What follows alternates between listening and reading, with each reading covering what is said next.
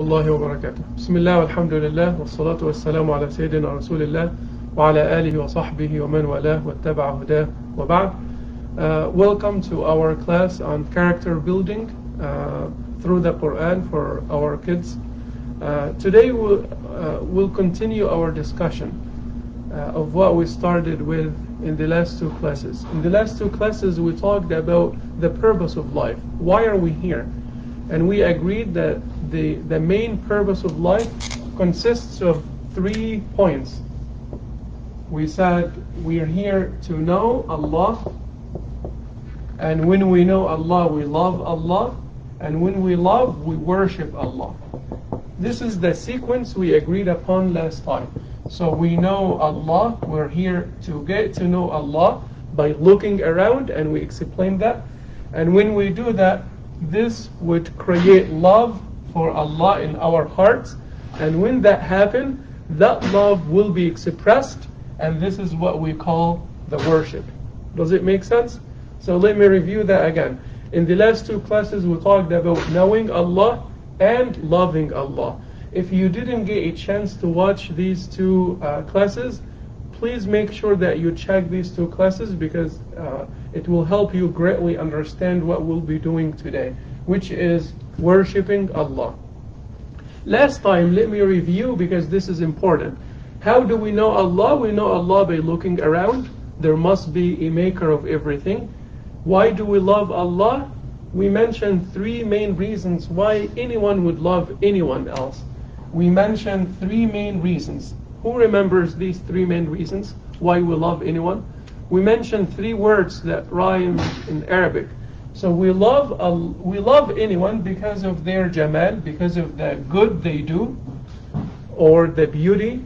We love because of their majesty, their power, their knowledge. We love anyone because of their holiness. They do not do mistakes. These are 3 major reasons why we love anyone. Basically, you can say we love because of who the person is. There is no explanation. It's you feel pushed towards it. And this is, if you love somebody because of the good they're doing, if you love your parents because of their sacrifice and the good they do, and Allah subhanahu wa ta'ala is the source of that goodness. And if you love anyone because of their skills, I mean, think about your favorite football player or your favorite basketball player. You admire them. Why? Because of their great skills. If you love somebody because of his skill, or you admire somebody because of his skill, what about Allah, the source of all knowledge, the source of all power? Why don't we lose ourselves in the love of Allah? This is the big question. So if you love anybody because of the good they are doing, or because of their majesty and power and knowledge, and you love to be associated with those people, you love to be recognized with those people, why don't you apply it to Allah and develop that love? I mean, unconditional love. It will be kind of unquestionable love, unconditional, because you can never get to know everything about Allah subhanahu wa ta'ala and His ways and His aqdar. So it leads to that unconditional love. And you love a person or you love one because of their holiness. They do not do anything wrong. They are beyond mistakes. If this happens in the world of humans, and it is rare, then we love those people very dearly. So if this applies to humans, it perfectly applies to Allah, because Allah is the source of all goodness. Allah is the source of all majesty. Allah is the source of all holiness. That's why this love will automatically lead to the word worship. So what is worship? Did you know that in Arabic, the word worship is one of the words of love in Arabic? The word ibadah in Arabic is one of the words of love. Tatayyum. This is a word that indicates absolute love. The highest level of love is worship. So this is, many people do not understand these ideas, so their worship becomes seasonal and their worship becomes very lacking. It's very close to the word adore in English. You know the word adore? It means two things. It means to love, and it also means to worship. So we know Allah and we love Him so much that we worship Him. We adore Him so much. So why? Because Allah is the source of all goodness, the source of all majesty, and the source of holiness. And it is an honor to know Allah and recognize Allah and be recognized by Allah. That is why today we'll talk more about this idea of worship and explain that it's actually based on love. Without love, this worship will not be that authentic. There is a great scholar, his name is Ibn al-Qayyim. He said, in your way to Allah, you need three things. Like a bird, you would need the head, and you would need two wings. You need that, and this is what you need for worship. You need the head, and this is the love. So love is like the engine that makes worship possible. And you need two wings, and he called these hope and fear. Hope and fear. You always need these three. And hope and fear do not contradict love. And hope and fear do not contradict each other. We hope to see Allah and we fear the punishment of Allah. We fear to be separated from Allah. And this is a consequence of love. Because when you love somebody, you hope to be with them and you fear to be separated from them. So these are very natural consequences of love. And it makes your worship very balanced. Because when you start worshiping Allah and let's say you did some mistakes, so you cling to that wing of hope. Imagine you're doing salah and fasting and you feel prideful and you feel that you're better than others, then this wing will make your relationship with Allah balanced. Because when you remember the punishment, when you remember the possibility of punishment, you develop that fear that would discipline you. So these two wings will make your worship balanced. But it is motivated by love in the beginning. So without the love of Allah, we cannot worship. Let me be more specific and move to our ayah today. Because in order to understand this lesson correctly, you need to review the last two classes on knowing and loving. Because worship is a natural result of knowing and loving Allah. So let's move to my favorite part, which is the ayah. And then we'll explain this ayah more in this class. The ayah I want you to memorize for today is this. وَمَا خَلَقْتُ الْجِنَّ وَالْإِنسَ إِلَّا لِيَعْبُدُونَ. So again, وَمَا خَلَقْتُ الْجِنَّ وَالْإِنسَ إِلَّا لِيَعْبُدُونَ. وَمَا يعني لِيَعْبُدُونِي, to worship me. So وَمَا خَلَقْتُ الْجِنَّ وَالْإِنسَ إِلَّا لِيَعْبُدُونَ. This is the primary purpose of our life, and it summarizes what the steps we talked about. It says, I did not create the jinn or humans except to worship me. I did not create the jinn or humans except to worship me, or but to worship me.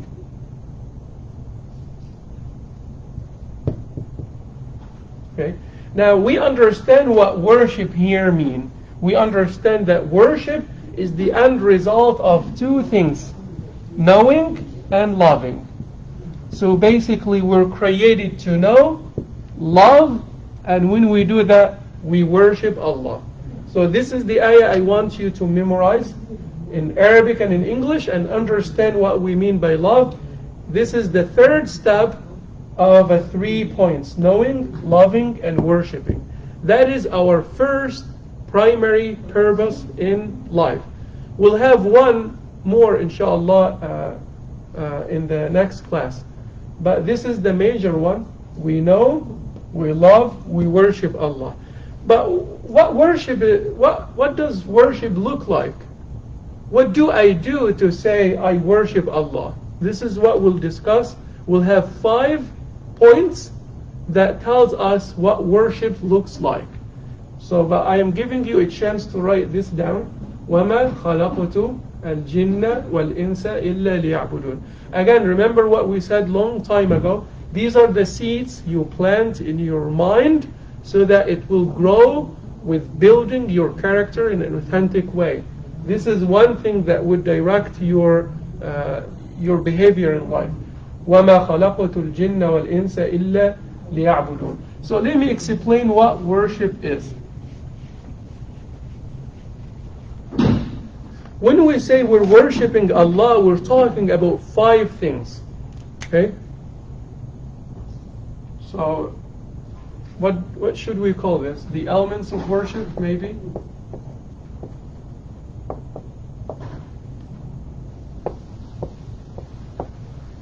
So there are 5 things that I would not imagine worship without. The first thing is to admit.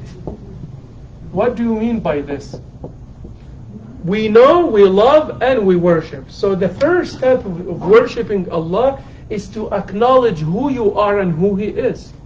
Because remember that when we worship Allah, Allah does not benefit from our worship, and Allah is not hurt by our lack of worship. Why do we worship then? And why is there punishment for those who don't? And why is there reward for those who do? It's because of this. The first element of worship is that we admit who we are and who He is. Do you acknowledge that you're servant of Allah and He is the Lord? If you do not, and you're too arrogant to admit who you are and who He is, then this makes you deserve the punishment, because you're denying the biggest fact. And this could make you like you want to be God yourself. And you're too arrogant to acknowledge this. But when you're ready to acknowledge who you are and who Allah is, that is the first step, and this is part of worship. That we can also call praise. Because when you acknowledge who Allah is, you will say, Ya Allah, you are the Lord of the worlds. You are the merciful, the ever merciful. You are the master of the day of judgment. You are the all-knowing. You are the all-wise. You are the mighty. And all of these are actually, even though you're acknowledging Allah, but these are words of praise. So this is the first step. And of course, this acknowledgement must be done with love, must be done with great respect, must be done with reverent fear, because your heart is full of the greatness of Allah. This is the first element of worshiping Allah. Acknowledging who you are and who Allah is. And I think this is absolutely natural. I mean, imagine if someone is did you great favors in your life that you could never survive without, and you do not admit that. How bad this would be. This is exactly the same thing. We're saying, as we mentioned before, without Allah we cannot be here, and without Allah we cannot survive. So why don't you acknowledge that? Why are you too arrogant to acknowledge this? This is the first element of worship. We admit who we are and who is. And by the way, the more you know Allah, by looking around, getting to know yourself, looking into the creation of Allah, the more you know Allah, the more appreciation and the more praise and humility you will develop. So it becomes very natural. And Allah created us in a way that makes this very easy for us to do. Second, the second element of worship, when we love somebody too much, we obey them. When we love, we obey. So worship is another way of also saying obeying Allah. So we worship Allah by obeying Him, because we usually obey those that we love. And in the case of Allah, and we trust Him subhanahu wa ta'ala. So this love, as we said, is unconditional, because He is the creator of the heavens and the earth. If you're obeying your teacher because they know more than you, or you obey your parents because they mean the best for you, and you trust that and you obey them, why don't you obey Allah and you know that He is the creator of everything? So this is the second point. If I didn't obey Allah, let's say I missed a salah or I did a mistake, does this mean that I do not love Allah? No, it still means you still love Allah, but you have a mistake. You still did a problem, and this problem is disobeying Allah. But it doesn't mean you don't like Allah. Think of it like eating candy and sweets. Even though you love yourself and you eat this stuff, it doesn't mean when you eat it, it doesn't mean that you hate yourself, but it means that this is a weakness point in your life that you need to work on. It doesn't mean that you don't like yourself. So similarly here, but part of love of Allah is to turn back to Allah, and do not let a problem keep you away from Allah. Do not let a sin or a mistake keep you away from Allah, because you still have a chance to come back and be welcomed. Number 3, one element of worshiping Allah is thank Allah. Thanking is a great way of expressing our worship. So we express our worship by admitting, and this is absolutely natural and normal, and no question about it. And we worship Allah and we express our worship by obeying Allah, and that's also very normal. And we express our worship by thanking Allah. Imagine if someone is giving you $1 million every day, and you're not saying thank you. Isn't that weird? So this is exactly the same thing here. Without Allah, we cannot be here. Without Allah, we cannot survive. So why don't you put that in words and express your thankfulness and appreciation and gratitude to Allah subhanahu wa ta'ala. So this is the third point, which is thanking Allah. Let's move to just 2 more and we'll be done, inshallah. We express our worship, number 4, by trusting Allah. We trust Allah subhanahu wa ta'ala. Why? Because He has the absolute power, the absolute wisdom, the absolute knowledge. And we trust that even though we do not see the full picture. Let me give you an example. Sometimes we may go through a difficulty in life. Does this mean we should stop worshiping? No, because our worship is unconditional. Our love is unconditional. Actually, we are honored when we worship. We feel honored that we're recognized by Allah. So it's a completely different story. Our worship is not seasonal. It is not based on what we get. It's more about who Allah is. And who Allah is does not change. So if I go through a problem, it doesn't mean you stop worshiping. Like taking a child to the doctor, and the doctor would give the child a shot, and the child is screaming, but we at the end say, thank you, doctor, for your help. But what did he do? The baby is crying, almost dying, because of how painful this was. Why do we even thank, not just trust?